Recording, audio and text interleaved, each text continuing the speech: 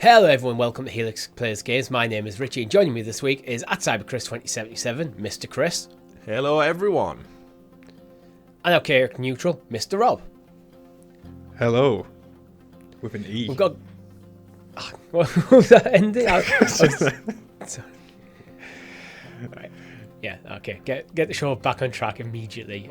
We've got a great show lined up for you this week. We'll be discussing our thoughts on the Developer Direct. A new N64 classic comes to GamePass, and Xbox are bringing out a cassette player.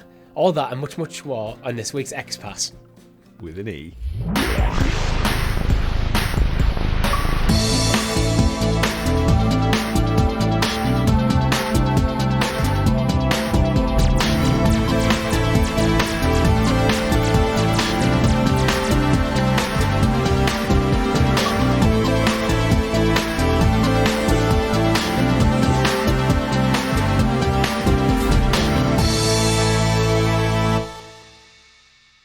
Before we get into it, make sure if you haven't already, you like the video, subscribe to the channel or your podcast feed of choice with notifications switched on so you're kept in the loop with all of our great content here at Helix Plays Games, such as Talking the PS, where every single Tuesday we break down all the PlayStation news happening for you out there on YouTube and podcast services. Followed up on Tuesday evening at 8 PM GMT, we go live on our YouTube channel with the Clickercast, where we break down HBO's The Last of Us. That is also usually available on podcast feeds the next day. So if you missed the show and you prefer to take that show in audio only, you can. Otherwise, it'll be archived on YouTube. We also have our weekly live streams every single Thursday, where most recently, me and Chris played a game that we are going to be talking about a little bit later in the show. So I'm just going to leave that for now. Plant the seeds, although chances are you've already watched it. I hope you've watched it. We also do our Let's Plays and First Looks and stuff where I've played Hi-Fi Rush, another game we're going to be talking about in this very episode. But before getting into it, Chris, what have you been playing? So I've been playing a lot of Xbox this past week, and I'll no doubt be playing a lot of Xbox this coming week because, of course, Age of Empires comes out on Tuesday to cloud and console as well, so that cannot wait for that. But yeah, for me it was predominantly GoldenEye, so we streamed it on Thursday, had an absolute blast diving into the nostalgia, had some laughs, and I came to the conclusion that I don't think I'd played the campaign through fully. So I was explaining on the stream, Rob, that I was one of those people that didn't have an N64 like you and Richie. Mm-hmm. So I only experienced GoldenEye by going around friends' houses, going to my cousin's house and playing there. Right? Yeah, but when you get there, immediately they stop playing the campaign. They don't want to just watch you play the campaign, so you default to multiplayer. So I think of all the hours and hours I put into this game, it was never actually sitting down and doing the campaign. And I've watched the movie tons of times as well, so I know exactly what happens. But yeah, just playing through it with Richie as well, alongside me, you realise like how much filler they put in to GoldenEye, where like they send Bond to places that happen in the movie, but he has no reason being there, and they're just like, I'll just make a mission out of it.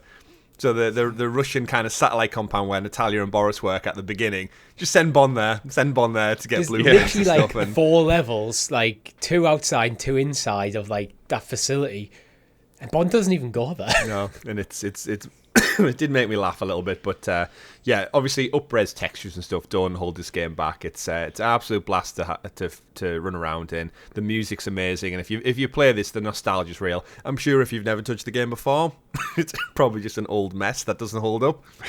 But for me, it's got that place in my heart where, since we finished the stream, I've just kept playing it through the weekend. I'm on the final one, Richie, so I've just done the jungle. I've just got rid of Xenia on a top.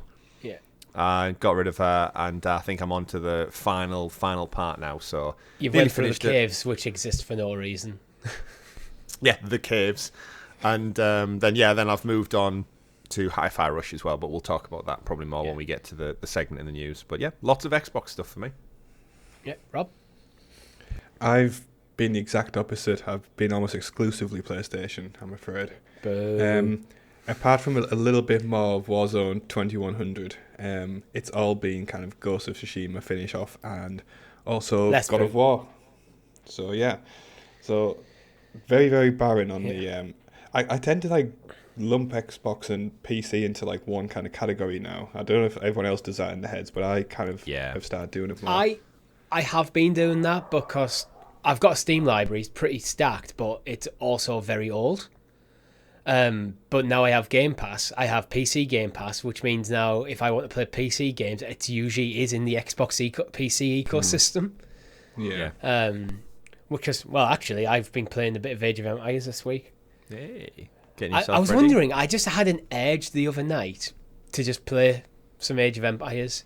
You know when you kind of when you're kind of in between games, so you don't have that one big story narrative game that's like drawing all your attention, and you start bouncing around a lot of different stuff.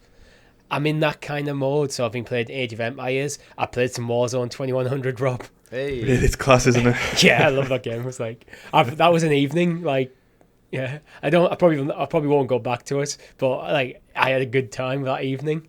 I've been playing a bit of FIFA. I obviously did our first look of Hi-Fi Rush. I was playing GoldenEye at the same time as Chris. Unfortunately, not with Chris. We'll get into that he didn't even later. help me.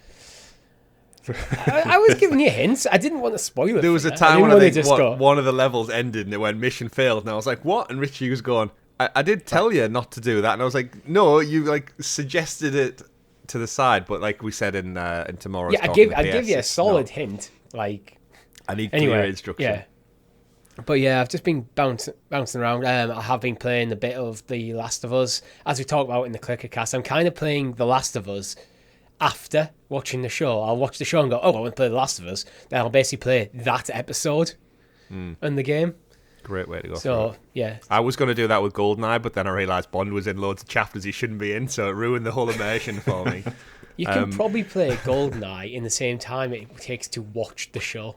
Yeah. To watch the movie. So you could, like, put it on and go, right, level 1, damn, here we go. Who's going to finish off Alec Trevelyan first? Me or Pierce Brosnan? Yeah. I'm curious to know, Richie, have you just dropped Plague Tale Requiem now because of the framey thing? I got over it a bit, but then I don't know. I think because I played a lot of Plague Tale Innocence, I probably need to give it a bit of a breather before I go back. Again, I was enjoying it, but I was enjoying it. Oh, I'll jump in, I'll play for an evening, and then it wasn't hooking me the same way as Innocence is. Mm-hmm. So I think I'm just going to... Yeah, well, the technical issues, I think, were just that it is running at 30 frames per second rather than 60, and it was a bit jarring to go from one to the other. Mm-hmm. But I think I was starting to get over that. Right. Again, I do wish there was more of a quality slider so you could go to just 60 frames and have slightly worse graphical fidelity. Do you think if they announced this week that there's like a patch coming out by the end of the month or something that would have it, that'd be like, oh, I'm back in then? No, I don't think that's the deal breaker for me. I just think it just wasn't, because I just finished Innocence and got the Xbox equivalent of a platinum trophy on Innocence. I think I was just ready for something different. I am ready to just bounce around, try a few different stuff before something takes hold. What is that called? We need to, like, whoever's in the chat who's like an Xbox gamer through and through, like, what do we call the top achievement on Xbox? Is it just full gamer score? Is that like... It's just 100%, isn't it? Like, I don't know. Should we coin something? Like, I don't know. We went full green. It's like saying like it's such a part of my vocabulary just to say like I've platinumed it. I've got the platinum trophy, and then to just say I got all of the achievement points. It just doesn't seem to have that like resonance I want it to have. Like I did something really good. In some ways, I like there isn't a thing because where sometimes with PlayStation you do feel that pull to I've got 75% of the achievement, the trophies. Should I just go for the platinum? And then you spend time fishing in a game. You spend like 10 hours fishing in a video game, going, this sucks. Ooh, fishing and horses game too. Yeah, fishing, it's like, why am I doing this? I'm not enjoying this. I'm doing it purely for that trophy. It's similar to television. It's like animals in games and television just shouldn't be a thing. We're not having that trophy. Not having that platinum trophy, it means I can just, with Xbox, I can just kind of just enjoy. Enjoy it. I've got to where I wanted. I've got what I want out of this. I'll just move on. Don't know why I said enjoy really sexually there, but enjoy. Different type of game, that, Chris, if you're enjoying it.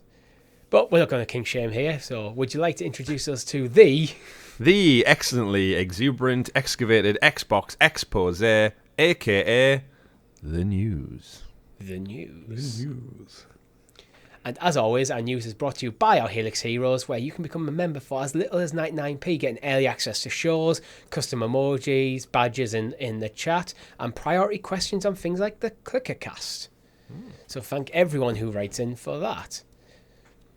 First story of the week, we have a correction. So last week we talked about 343 and Halo maybe parting ways. That's not happening, apparently. We all got done. I mean, lied to. I still feel like the base argument we had was a valid one, in my perspective. Like, nothing's changed. Like, I know kind of Richie, I'll let you into all the story before I start just jumping into it. Actually, that's probably for the best, isn't it? So last week we reported that 343 was Microsoft were thinking about taking Halo off 343. There's because of there's lots of layoffs going on in Microsoft. I think it was like 10,000 people. It's all kind of intermixed with this, and Halo Infinite kind of didn't come out and put like in a way that people were hoping. It kind of, there was a bit of hype around it initially, but then there's things like it just didn't seem to fully fit the walk back on things like having the co-op campaign and stuff. The multiplayer doesn't seem as strong as I think Microsoft would like. So all the sort of arguments we were making last week seemed to kind of like back up these articles, and we were reading from like reputed sources as well. Like, it's not. So yeah, it was like, it was just that thing, wasn't it? As soon as Yeah. like kind of the video went up on Monday and podcast feeds, it's like Phil Spencer actively came out and said, no, the heart and soul of Halo is with 343 Studios. And it was like, oh, that kind of just underpins everything we've spoke about for 20-30 minutes. And so yeah, basically every video game journalist in the world was pushing stories saying Microsoft are taking Halo off 343. We had enough different like reputable sites reporting on it that so we thought, okay, well, we can talk about this. I mean, I think to Rob's point that he was saying is, I think everything we mentioned last week is still valid. I could still see 100%. Halo being handed over to id Software was our kind of perfect scenario, and 343 will just continue to support Infinite and online. Like, Yeah, that, I mean, like it might be the heart and soul might be with 343, but that doesn't stop them shipping the franchise out to a better studio in all intents and purposes. Yeah, I think our conversation largely just went, okay, Halo's getting taken off 343. What will we do with Halo? That was kind of the focus of it. What I just had a thought while we were talking is, what do you think about, you know how we talk tomorrow about Far Cry? Kind of, there's going to be single player and potentially single player and multiplayer. Do you think that could work with Halo?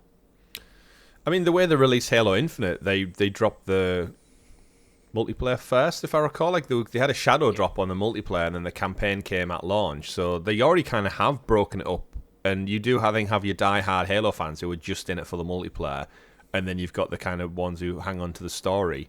So I think in a way it's already primed to be that, and that kind of leans into the preference I have of just let it do a campaign and let 343 look after the multiplayer, and then just like allow Infinite to be its Infinite games as a service, stick to that 10-year plan they promised, and then just add content from other studios, let them have a crack at it, and just see what's got. Again, Microsoft have so many studios in house now. It's like just ship it around, and you got to hit gold eventually, right?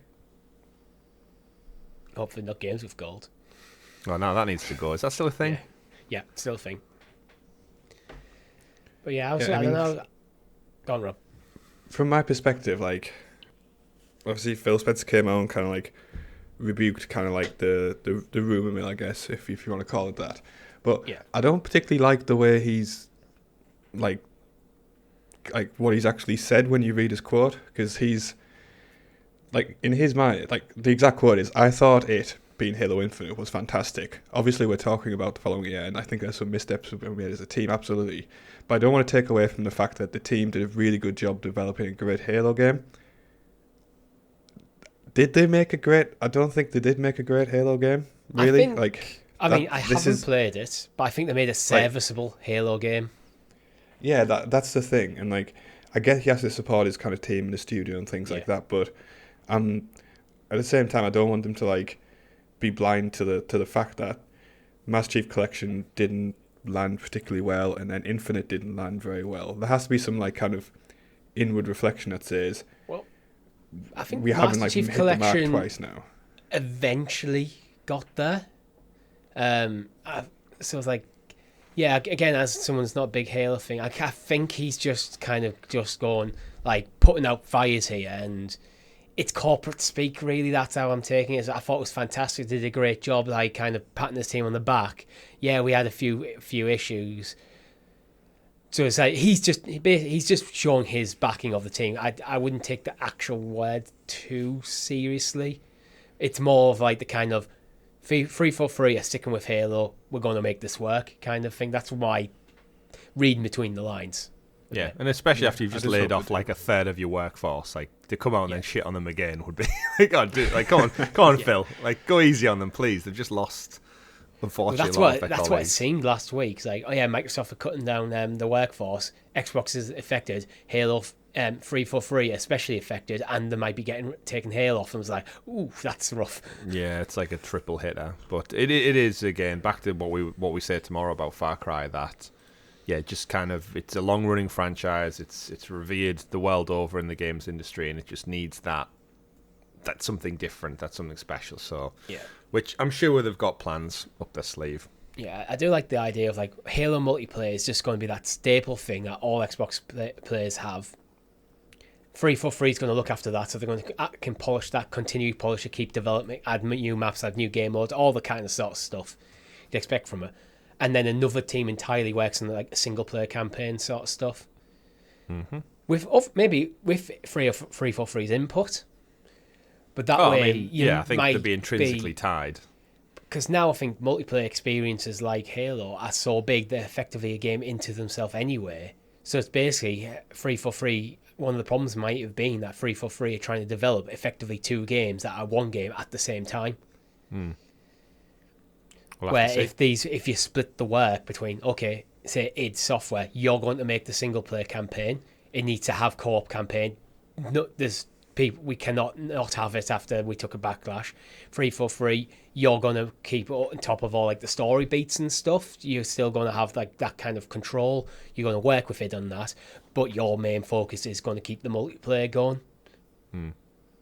And I think there's something that could be done there. Something really cool. But moving on, we got a presentation. We got to know a bit about some games. So we got, I think it was about 5 games in this presentation, the developer underscore direct. Mm-hmm. I kind of want to just like first, before we go into the individual games, take a moment to just talk about our thoughts on the presentation generally. Have you both watched it? Yep, I watched it. No, I didn't watch it live. I know we were discussing, do we cover it on the channel and stuff, but we didn't know what to expect from a developer direct.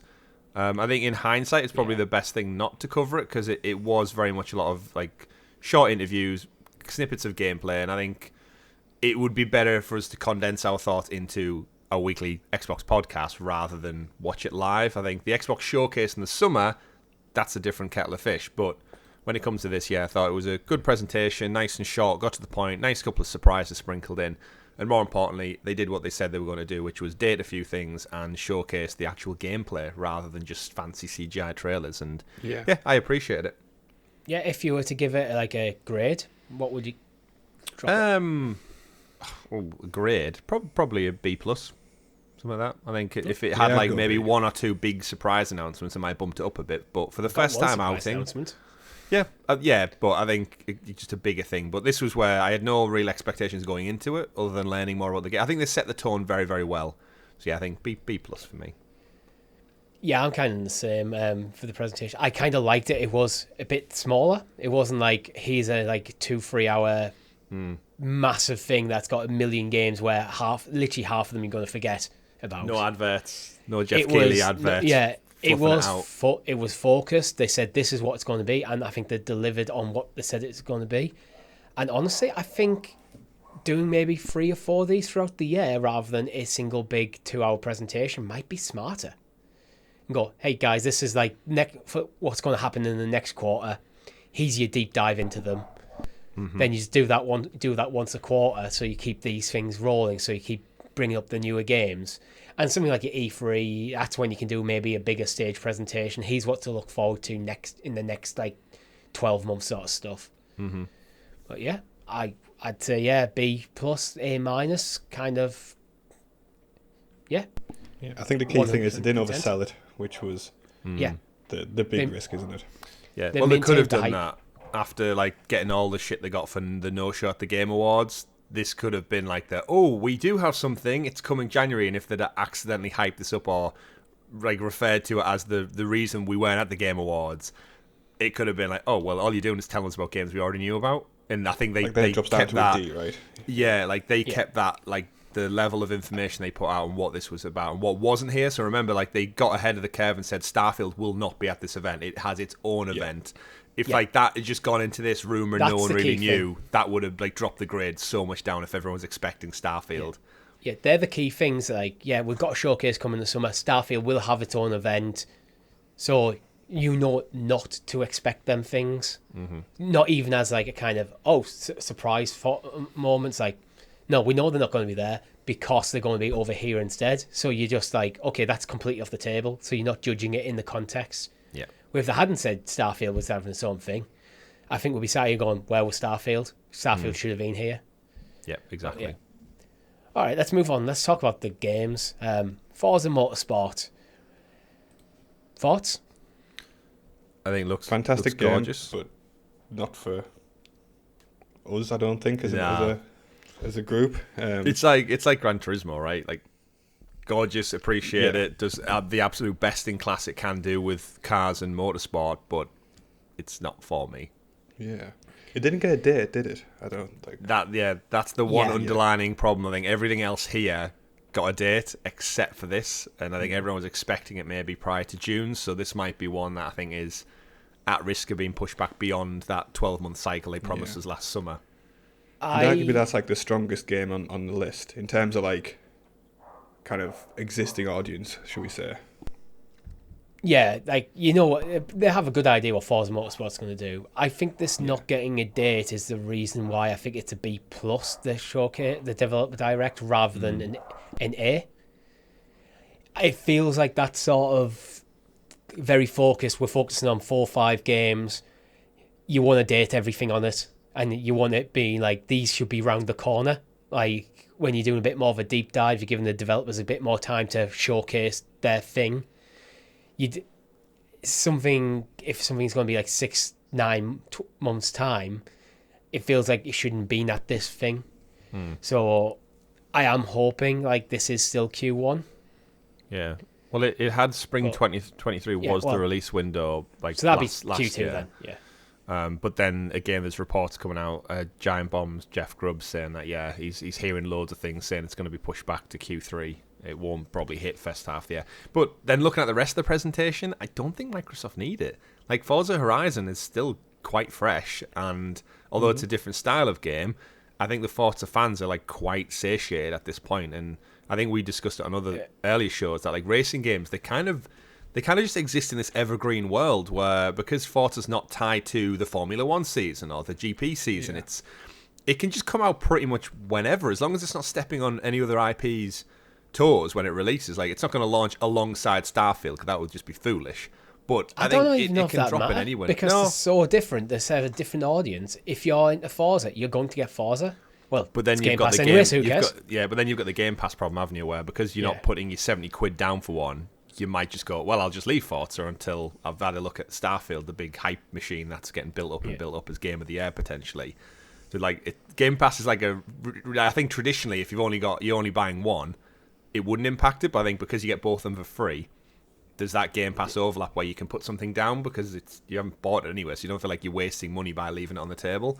But that's a conversation for another day. But I don't think Forza impacted. If it gets delayed, I don't think it'll really change anyone's impressions of it.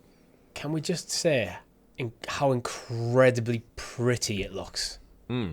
It's like, it's insane. Yeah, this might be the best looking video game, like in terms of photorealism, I've ever seen. It looks there's a trailer up now. If you didn't know this was Forza, if you just clicked on to this and this is what you saw, you might actually think this was real. Actual real footage. It is that good. I remember we my know granddad thinking FIFA was real when I was playing it with my brother, like a good few years ago now. But just coming in and watching, it's like, oh, who's playing? And it was like us. We're I playing. didn't know there was a match on. Yeah, what the hell? And yeah, you're right. The things in this with like ray tracing and some of the shots they show of like the camera panning over the reflections of the environment and stuff in the rear of the car is just like, oh, chef's kiss, like beautiful.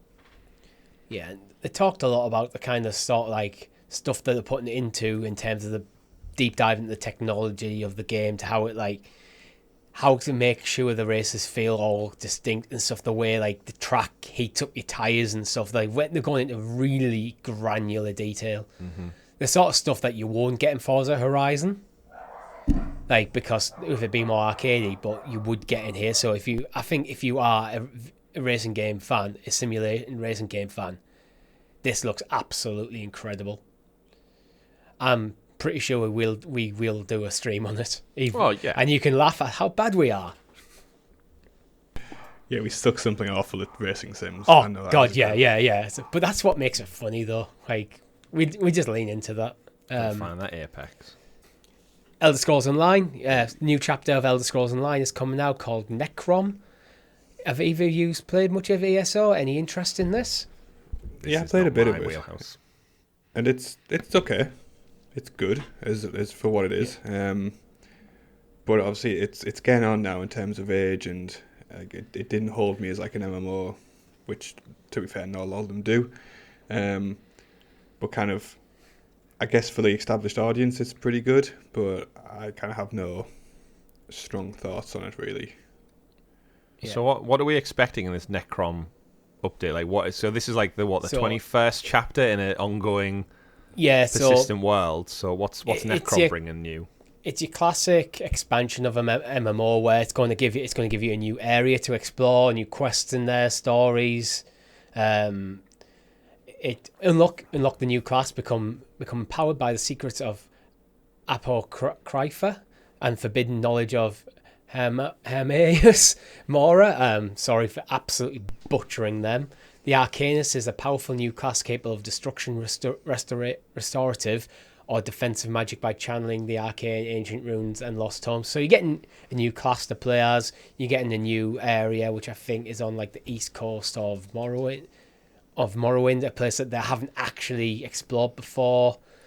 New stories are coming into it.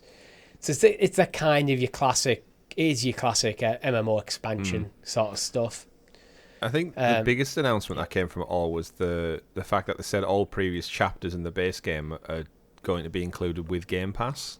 So essentially, if you've never jumped in before because maybe this is so far beyond you now because of all the chapters, they're just like, take everything. Is that definitely confirmed for Game Pass? Because I haven't been able to verify that. I know you get the unlocks of all the previous chapters if you buy Necrom, and the base version of ESO is on Game Pass. Oh, good point. But let us know in the chat if that is what you're saying, because I did look for that and I couldn't all I remember, I think, clarity. Is when they kind of wrapped everything up, I remember them just showing all the chapters and then the Game Pass logo and just thinking, oh, everything's included. Because I've seen people referring to this as just like the divorce plan or the retirement plan, because there's just so much content. If you start playing this game at this point with all the past chapters, you need like infinite time to play them, so you might as well just retire, quit your job, and just commit to ESO. I mean, what ESO have done interestingly is where other MMOs like, say, World of Warcraft, which is the one I spent by far the most time in, when a new expansion comes, it usually comes with like a new level cap. So you take your high level character, you can go to this new area, explore the area while leveling up, and then you get into the end game content for the new area. ESO seems to just go, here's new area, and you can kind of play them in any order. So you could make it more accessible, right? Because I never got to explore any of the expanded areas in Warcraft because I didn't hit the level cap, which was, I just didn't have a time to like dump into the game. So I do prefer that way of it. I know we did a stream back in the channel back in the Stadia days, long ago. Tom dressed as an elf, and we were based in Morrowind. But you can just start the game pretty much in any area, so you can experience them all out of order if you wish. So, which I kind of thought was a pretty cool thing. So you can just decide where you want to go.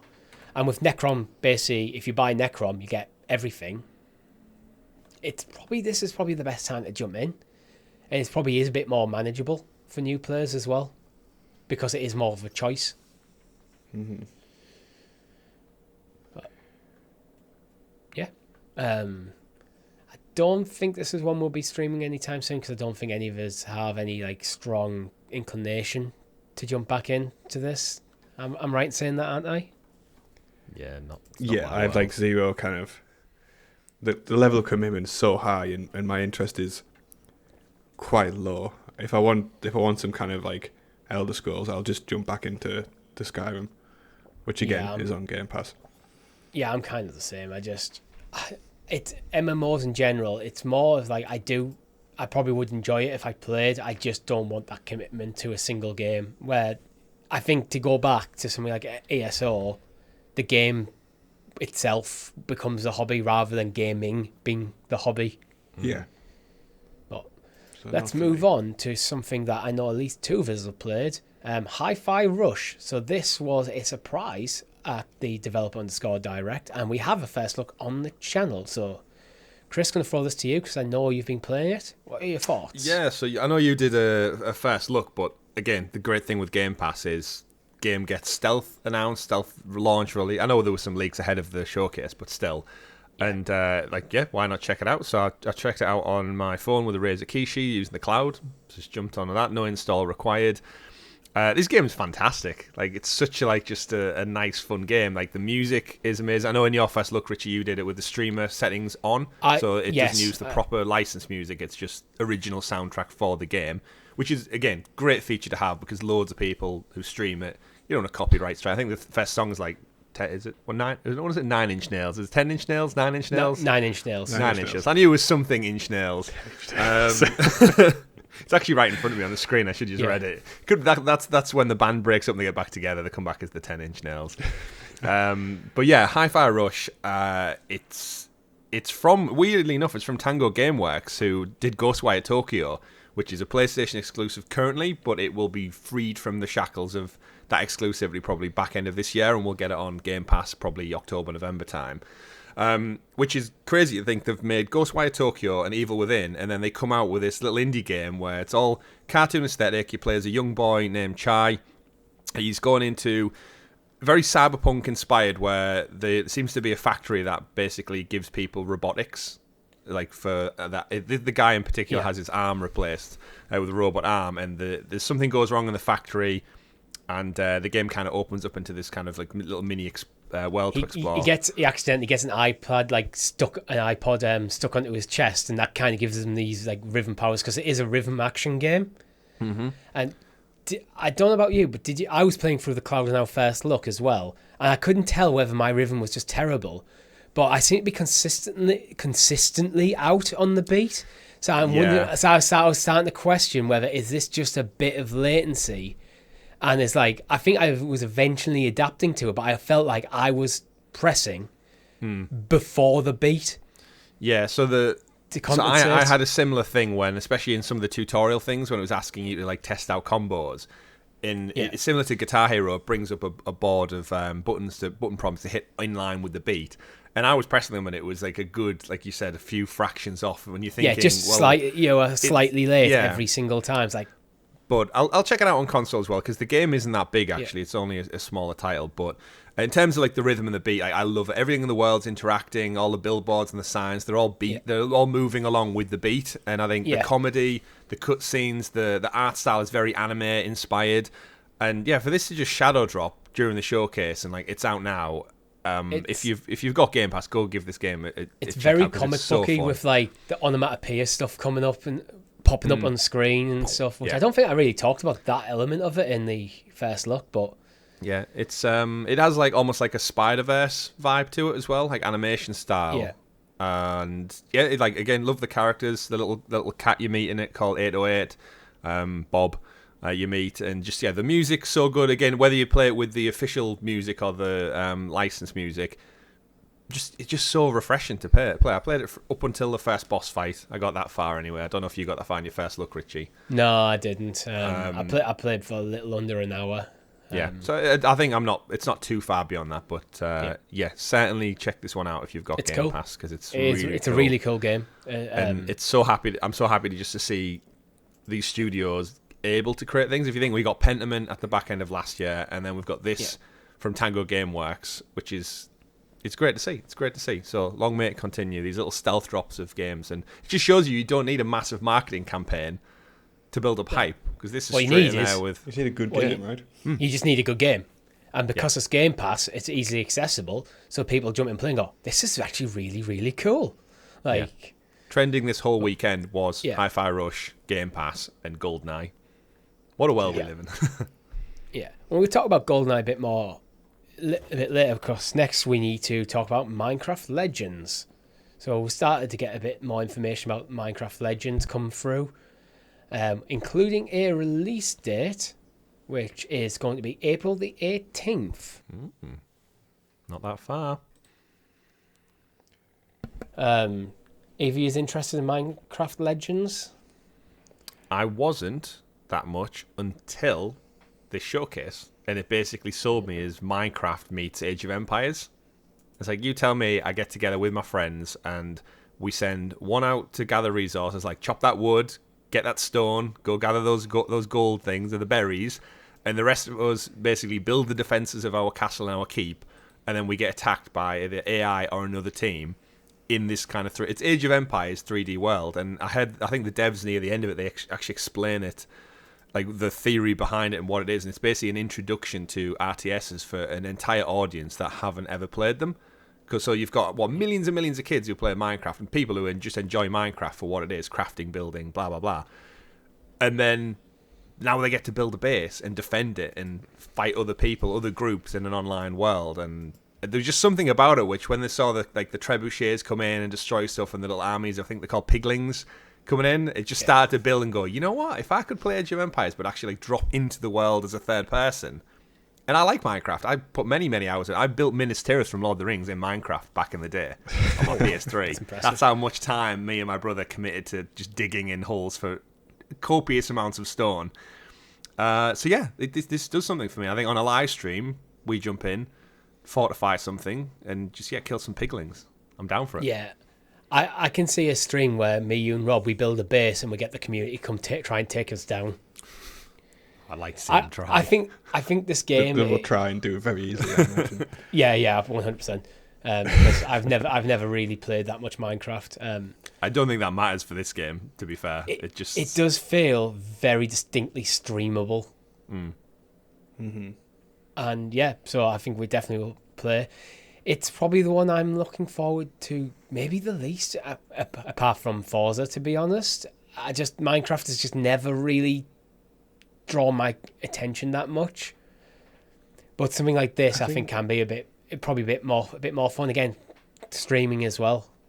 So yeah, I think for me, I immediately, when Minecraft kicked off that kind of trend of kind of craftable, whatever you want to call it, I immediately skipped to the other titles that kind of spawned up around it. So kind of your Roblox guy, Rob. You did the hipster thing. I'm not playing Minecraft. That's too popular. I'm going to play something that's like Minecraft, but not. Well, no, but kind of stuff like 7 Days to Die and things like that. I kind of gravitate towards those games more than I did Minecraft, just because I probably unfairly judged it as a bit too kind of kiddie, which again it really isn't in some regards. But no, I love the format of the games, and I am more excited as Chris you are after I saw kind of a bit more from it and things like that. So yeah, I think a live stream in the future is a good shout.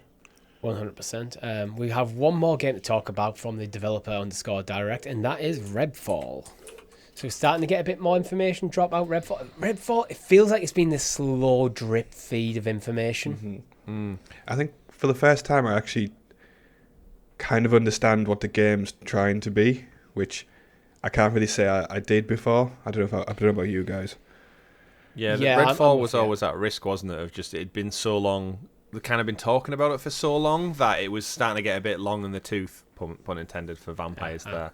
And yeah, this kind of conference really just set the scene for what you as a gamer and as a squad and a team will be doing in this game. Mm-hmm. For me, definitely made me just think, especially after the other week when we played Back 4 Blood, it just looks like that and Left 4 Dead, but with vampires. And after playing Back 4 Blood the other week, I'm down for that. Like, the game looks fun. I like the thought of just taking zones and doing little side missions, take over a lighthouse over here, take down a vampire god over here as a team with just collective abilities in this smaller size map of the town of Redfall. I think there's fun to be had there. I don't know if it's going to have any longevity or I'm going to give a shit about the story, but in terms of just gameplay with friends and other people, I think it's got a lot of potential. I think going in to the developer direct, it was Redfall was kind of looked at as what happens if Arcane does Back 4 Blood with vampires. However, I think there's a bit more to. They're trying to distance themselves from that sort of comparison. And I'm starting to see why. There's a bit more to the game than that. There is more like RPG element into it. There seems to be a bit more of a class system. There's like boss fights and stuff. There's more game mode. There's a bit more game than just Left 4 Dead, Back 4 Blood, World War Z, but done by a different studio. And I think that is to its credit. But it is starting to make me a bit more interested. I think this could be a really, really cool game. Again, if you got a bunch of like 3-4 friends who you play with regularly, jumping in, just like tackle through all the different scenarios, I think there's something pretty cool here. Yeah. And a release date as well. Yes, we have a release date. I keep forgetting to tell the release date. 2nd of May. 2nd of May. Yep. ESO was the 20th of June, because I didn't actually mention that. Yeah, with this one, my only still outstanding worry, I think the game will be fun. I don't think, just looking at it, it's going to be winning any Game of the Year awards, just by the nature of like the type of game it is. I don't think it's going to be Game of the Year, but it might be in one of the other categories, like the multiplayer Game of the Year. Yeah, absolutely. It potentially could be an action Game of the Year. Like, yeah. There's lots of competition. Jedi Fallen Survivor, yeah. But in terms of the game, my only worry is that it's too quiet. Like, if they nail the horror element, and when we're walking around the town as a squad, we're on edge all the time. Of, is there a vampire nearby or a monster nearby? Do we have to be cautious as we like enter this building? And a lot of the stuff seems like it happens at night. You want that shit panic moments, like where everything's quiet, walking around, got to be quiet. Shit, no. And it's coming. Obviously, the risk in like Back 4 Blood and Left 4 Dead is that you've got the kind of zombies, and they're usually there in their droves. Whereas vampires, traditionally, there's not hordes and hordes of them. So my worry is, are we going to be exploring around Redfall, thinking there's nothing really going on in big areas of this town, and then we might come across like one or two, which they seem to show in the fights, but you never really seem to be overwhelmed. So I don't know if there's going to be like little monster creatures or something like they send out to make the world feel like, keep us on edge all the time. Because the stuff in the small corridors with the torch looks super scary, and you turn around and it's in there in the doorway. I get that, but when there's three of us, walking around this big open world map of Redfall, you know what I mean? It kind of feel like zombies lend themselves to it really well, because there's shit tons of them, whereas with vampires, by nature, they are more stealthy and creep up on you and appear right up in your face, Dracula style. I want there to be tension, and so like the payoff of when you finally kill them, there's that relief of, oh my word, like we're free, we're good to move on now. So, but yes, the conference did a lot to kind of reinforce that. It looks fun, and I'm looking forward to playing it. Again, I mean, it's coming to Game Pass, so we'll definitely be playing it. Oh, I love Game Pass. It's so good, isn't it? It's so good, isn't it? God damn, like, every single thing we talked about, he was like, "Yeah, well, we'll check it out because it's on Game Pass," and it. Yeah, Forza, not really up our street. We're definitely going to do a stream because it's on Game Pass, so why wouldn't we? ESO, okay, we have actually got content on ESO, so we're probably not going to cover that one. Hi-Fi Rush, first look, already on the channel. Minecraft Legends, yeah, why not? Let's go for it. It feels very streamable, so we'll do it. Redfall, absolutely going to be streaming that game at some point. And just from a budgetary standpoint, right? Just like, I wouldn't have bought Hi-Fi Rush this weekend if it came out. Even if it was like, oh, it's only 25 quid. I wouldn't have bought it. I'd have looked at it and went, oh, it looks like a fun musical game, but I would not have played it. The fact it's a rhythm game probably would have just put me off a bit, to be honest. GoldenEye, depending on the price, I might have looked at it and went, I'm not paying 15 quid for an old ass game, but the fact it's just there, it's great.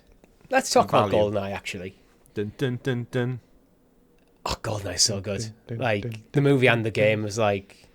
We have, like... I mean, you did a stream of it. I was playing GoldenEye on my own at the same time. I was being on on camera. It's such a good game.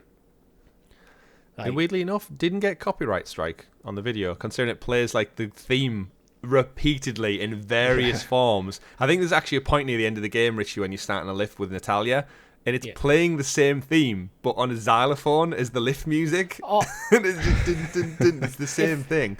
If you listen to like the theme songs for that game are amazing, but if you listen to them, they're all basically just remade versions of the same theme. It's so good though. Like, it is. And yeah, I've had an absolute blast playing through it this weekend. Yeah. So, obviously, the game looks horrible because it's the Nintendo 64 game. It's early 3D games. It's photo. I made a joke during the stream that it's photorealistic because it's literally a photo stretched over like 4 polygons. Yeah. It's not good. It's not good. It's like, if you've never played GoldenEye and you want to know what the hype's about, you're probably not going to understand by playing this game because it also doesn't play the great. It does have that kind of weird floatiness to the controls. They have by default made it 2 sticks now, so it does play slightly more modern. Yeah, when I was trying to explain to my wife how like the reason it's a great shooter, but how you had to use to hold in the button and aim the trigger around manually. It's like I don't think my brain shoot the locks off. Yeah, I don't think my brain could contemplate. I actually panicked in the part, when you have to escape the train and you have to use the laser watch to free the weld panel on the floor. So hard. Trying to aim was just I couldn't do it, and I ran out of battery on my watch, and it was just I had to get the gun out and shoot the things off. But my word, it's when you're trying to use like L to aim, it kind of has that thing where it's like it feels really floaty, but also feels like it just wants to spring back away. So you always feel like you're fighting against it, and it's like you're trying to use an analog stick. It's like, why is this moving back? I just hold still. Yeah, but 8-year-old Chris could do it. Like laser pinpoint accuracy with a crazy Nintendo 64 claw controller, no problem. With like my little child hands trying to hold it in various ways. But yeah, modern sensibilities, it's infinitely harder. So yeah, you gotta laugh at it. There is one negative thing we need to bring up on GoldenEye, apart from like terrible graphics and stuff. But again, that's just it's an old game. Like you can't go jump in the GoldenEye and go, them trees look terrible, and copy and paste is like, well, yeah, they are. It's not a modern game. It's the multiplayer. Yeah. For Nintendo, James. Yeah. It's limited. No, for me. It has the full GoldenEye multiplayer experience, but it's couch only. It doesn't have online multiplayer on the Xbox version, which is a real shame. Yeah, and this might go swipes back. The legs out, doesn't it? Yeah, I think a lot of this does probably go back to what I mentioned at the beginning of the show around just the licensing and stuff for this, because again, this game was originally on a Nintendo console, so we don't know whether the online element was Nintendo got first dibs on it. They legally are allowed to keep it to themselves. Like, we presume this is on Xbox purely because Xbox own Rare. Like, and they have some kind of like shoe in like the door for owning this IP because they made the game, but technically it's Nintendo's. But then, as I said, there's Eon Productions who make the movies, and you've got the Broccoli family who own the rights to the Ian Fleming novels, and then you've got, of course, Pierce Brosnan's likeness in this game. And I think there's just so many back and forths. The way the game's, of course, emulated and updated for Xbox, there's probably something in the coding that they just couldn't get to work on the online infrastructure that is Xbox. Whereas I've seen some articles that say when Nintendo do online, their online is basically emulating it. So someone will host the game. So say Rob was the main host of GoldenEye. You and me would just join into his host game. Whereas that's not how Xbox works, because it does matchmaking and it tries to do it a little bit differently. So there's probably a technical element and a legal element behind it. But the version on Switch does run a lot worse as well, because it's the OG game. It's not like up-resed or anything like that. So I'm quite content playing the Xbox campaign, and it's I might have you around because for some couch co-op. GoldenEye, as much as it's beloved for its campaign, it was the multiplayer is what really, like, people. I think most people are kind of like craving to jump in with their friends and stuff. So on Xbox, it does cut the legs from under it. So now you can only play on the couch next to each other. It's not a bad way to play it. I mean, that's the only way you could play it. But with the Switch, you have the problem. Well, yeah, you can play online multiplayer, but Switch's online system is terrible. Yeah. It's like, ugh. It is a slight. This is a 9 out of 10 game for me because of that. You can either have bad online experience or no online experience. It's like, otherwise it would have been a perfect release. Yeah. But let's move on to Disney Dreamlight Valley. So Disney Dreamlight Valley getting multiplayer and Encanto coming in February. Chris? Yeah, I like how you always refer it over to me because it's. I know you've played it. Yeah. Anything Disney. Yeah, I mean the game's still in early access, free on GamePass still, so enjoy it. But they just keep adding more content, more and more content. So when I think this game finally does launch live, it's going to have plenty there for people who maybe haven't checked it out yet. So still in beta access. Encanto, fantastic movie, even better soundtrack. If you've got any kids out there, the songs were all over the place. Like not last summer, the summer before when it launched, it just went absolute viral. And yeah, very much. Right. I don't know if Rob has any inkling. It might just be the social circles and what you follow and stuff. But yeah, Encanto was huge. We don't talk about Bruno Ricci. If that means anything to you. No, I don't think I've even heard of Encanto before. Wow. Like Disney stuff just doesn't do anything for me. A lot of our audience are parents, and as a soon-to-be parent, I can hit everyone at home now who's watching or listening to this is like, how has he not heard of Encanto? Because I'm not a parent, and neither am I. I don't follow. I don't follow Disney stuff. Like it just I've watched and loved some of the classic Disney stuff, like Lion King back in the day, the original, not the stupid Simba, not the stupid like realistic remake. The realistic remake also fantastic. So but it's just pointless. It's not. It is. How? Because you have something This is an phenomenal. angle that could definitely go on. Right? Is it better than the original? No. Then it's pointless because we have the original and it's one of the best films ever made. So. But no, I'm not going to go down. I'm not going to open this can of worms on this thing because it's got its own merits and stuff. But either way, Encanto is a great movie, fantastic soundtrack, and if you're a Disney fan, it's great to have it in the game. And I can see why they've chose this over more beloved older Disney movies because again, the relevance of it being current and kids and families will eat all this up. And you don't want to throw all your best stuff at it in one go. You want to space some stuff out. You need enough of the classic stuff in there to get it off the ground, but you want to have people going, oh, but what about this? What about this? Like, you want. But again, it's going to be like a perpetual world, and they've already added like Toy Story and stuff in, and some of the classics. So, it'd be interesting to see what happens beyond early access because there's a few not microtransaction things, but grindy things for resources that have started to slow the game down for me and my wife. Where it's just like it's our interest is waning on it because of how much grind you need to do to get like X amount of this resource or X amount of that, and it's taking away from the enjoyment a little bit. So I'm hoping that's just while it's in beta that they're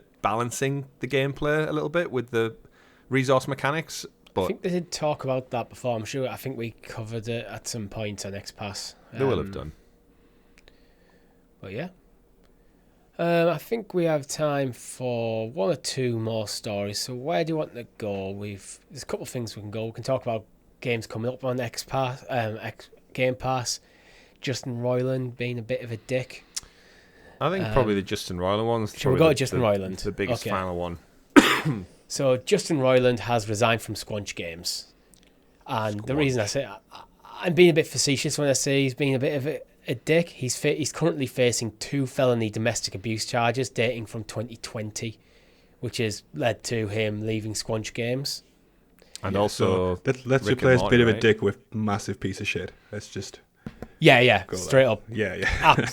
If these are I was going to say, innocent until proven guilty still, but it does seem like it's leaning more towards, he's a dick. We don't really have the details of what the charges are, apart from just domestic abuse. He's pled not guilty to them. I think it's important to mention that. And he hasn't been found guilty of them at the time of recording. But he's left Squanch Games, and Squanch Games put out a tweet saying, on January 16th, 2023, Squanch Games received Justin Roiland's resignation.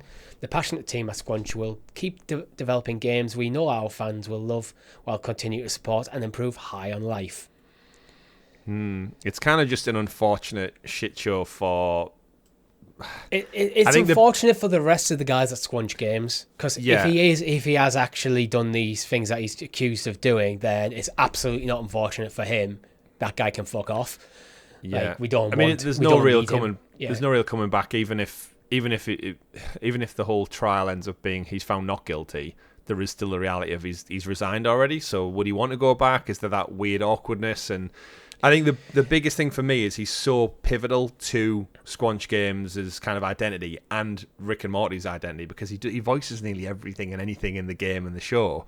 So taking him out, I get where they say we'll continue making games, like a High on Life sequel, potentially, no doubt, because it did so well before Christmas. And then Rick and Morty will continue another season. But I think if you take the voices of those out, I don't know if anyone's watched The Simpsons recently, but the new voice actors they're replaced with the originals, it's just not the same. And I do sometimes. Yeah, the latest, like Marge, I think Marge got replaced because I think something to do with the throat. I can't remember. The voice of the original actor. She couldn't do it anymore. Couldn't do it anymore, yeah. It put a strain on her vocal cords, and obviously there was recasting for obvious other reasons, and it just doesn't, the show just doesn't feel the same. And I think because he's so intrinsic to Rick and Morty and every single gun in High on Life nearly, and character and NPC you meet, I do worry that it takes a lot of the wind out of the sails. And best of luck to Squanch Games, of course, but you take your creative lead and your creative voice out of something, and obviously, deservedly so, and rightly so, but it just sucked that Squanch Games we just had, their biggest launch ever with High on Life, the most success and praise, and the kind of the keystone of the whole thing is now a dick, and he won't be around for the next one. Who owns Squanch Games? Because it was founded by Roiland, but does he still own it? Isn't it him and somebody? There's like Tanya Watson and Justin Roiland were the. I know Bill Lawrence does Rick and Morty, I think, with him. The guy who did Scrubs and that. But I don't think he does anything to do with the game side of things. No, I don't think so. Yeah, I mean, it's a situation like, well, they're basically going to have to kind of redefine what they are as a studio without Roiland. As you mentioned, he is so integral to not just running the studio, to what the content. He is integral to the content that the studio produces. Like the creative direction is a lot of him, right? Yeah. It's his humor, it's his vision, it's his acting. It's like we praise High on Life, right, Richie, because we enjoyed the Rick and Morty humor of it because of the obvious back and forth and the observation comedy and stuff like that. And if someone else just tries to come in and replicate that, it's just not. I don't feel like they're going to have that natural ability to deliver the lines and such in the way they do in the game and the show. But I mean, it could be a great thing for Squanch Games because now they get to kind of pivot maybe away to something that isn't the same humor over and over again. They could just do something unique unto themselves. And GamePass and the success of High on Life will hopefully have given them the foundation to do that. It's just unfortunate that everything's kind of pivotal on one person and him being an asshole on us. Well, to be honest, going forward as a business, this might be a blessing in disguise, because when any business is so dependent on one person, that's probably a situation you need to get away from. You want his creativity could be great, but you can't just run everything on the shoulders of one man. Mm-hmm. Because at some point, if he doesn't come up with a good idea, then you're kind of screwed. So maybe while they're still fairly early in their life, they've just had this massive success. This might be the time to kind of bridge out, redefine what they are going to be as a studio in the long term after Roiland. Because, he's not there anymore. They've got a good relationship with probably going to go to jail now, right? So yeah, that can always help. That's it. Yeah, it'd be interesting to see where the future for Squanch Games goes, and I hope everyone who's affected by this is doing well. But, do either of you have anything else we need to say? No, just reiterate, innocent until proven guilty is the underlying thing, but it doesn't sound good for him. So no, it's not. Last story of the week. I think we'll just talk about a few of the things coming up on Xbox's roadmap. So there's a few games that we still haven't heard that much about. Well, on the roadmap for 2023, Hi-Fi Rush, GoldenEye, got both of them. Both of them are awesome. Age of Empires 2 Console Edition, I think, is up next. Yeah. Tomorrow. Tomorrow, yeah. Ghostwire Tokyo's coming. Minecraft Legends, Redfall, Forza. We've already talked about them. Few others. We've got like Ara History Untold, which to be honest, I don't know anything about that. Do either of you know about Ara? No, I think we got a cinematic trailer at the showcase. Yeah. But that's about it. I'm just completely blanking on what that game was at the moment. That doesn't bode well for it. Yeah, do you think, when I mentioned earlier in the show, like some of those big showcases, you see a lot of stuff and some of it just doesn't stick. Yeah. I'm wondering if Ara's one of them. And obviously Starfield and Age of Empires 4 confirmed this year. But there is some stuff that could come this year that hasn't been confirmed yet.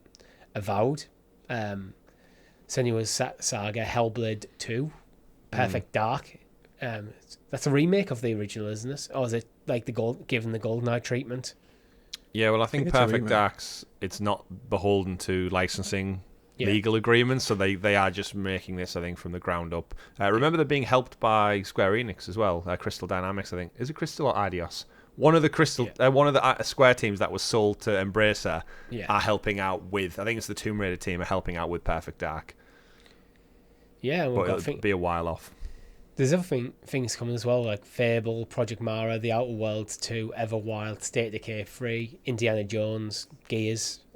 So there is stuff that could come this year. Is any of these kind of you're hoping for? Like, I think Avowed we could see, depending on if Starfield gets pushed back, which is seemingly more likely to the back end of 2023. Yeah, I think they could squeeze Avowed in there. But I think Senua, Perfect Dark's a long way off. State of Decay 3 probably so. Outer Worlds 2, I do think the way the turn the game's around over there, I think we could see that sooner rather than later. Fable's a long way out. I'm hearing rumours this week that it's been scrapped and started all over again. Indiana Jones, Machine Works haven't put out a game in quite a while, so that could be a surprise contender. But I think just looking ahead to these, I think you're talking 2024 for the majority. I think most of them. Maybe Age of Mythology Retold might scrape in this year. Yeah, that's one where I don't think the time of the year matters when it launches. No. I think aside from maybe a couple of like nice little indie style stealth drops, and let's remember this doesn't stop Xbox making second party agreements with like other studios like PlayStation do all the time. Yeah. So we could get a showcase in the summer that'll blow us out the water with a couple of titles they've been working on secretly. And there's a lot of time between then and now to have some leaks as well. So and this is just the stuff we know about. Yeah. I mean, they could have the Call of Duty purchase gone through by then, and they might have all bells and whistles on for the next COD entry by the end of autumn. I mean, Call of Duty, the next game is coming will be all platform. I mean, Microsoft keep reiterating that they're not taking Call of Duty off PlayStation, so I don't think, whether they own it or not. No, I don't just think meant Game Pass specific, like you'll get it without worrying about paying for it or not. I'm not sure. I still kind of think that you won't get Call of Duty on Game Pass. I think that is probably the consolidation, like the kind of compromise that Microsoft are going to have to make to get this through. That we won't put it on Game Pass because then it's just Microsoft own it, but then in terms of the gaming landscape, nothing changes really for PlayStation. But if it is on Game Pass, it's like, why would you get it on PlayStation? Why would you pay £70 on PlayStation or nothing on Xbox? Yeah, true. Assuming you have access to an Xbox, but Series S isn't that expensive. Yeah. Back to the Ara game as well, Richie. It looks like Civilization, Humankind. Oh, it's that one. It's a 4X style game.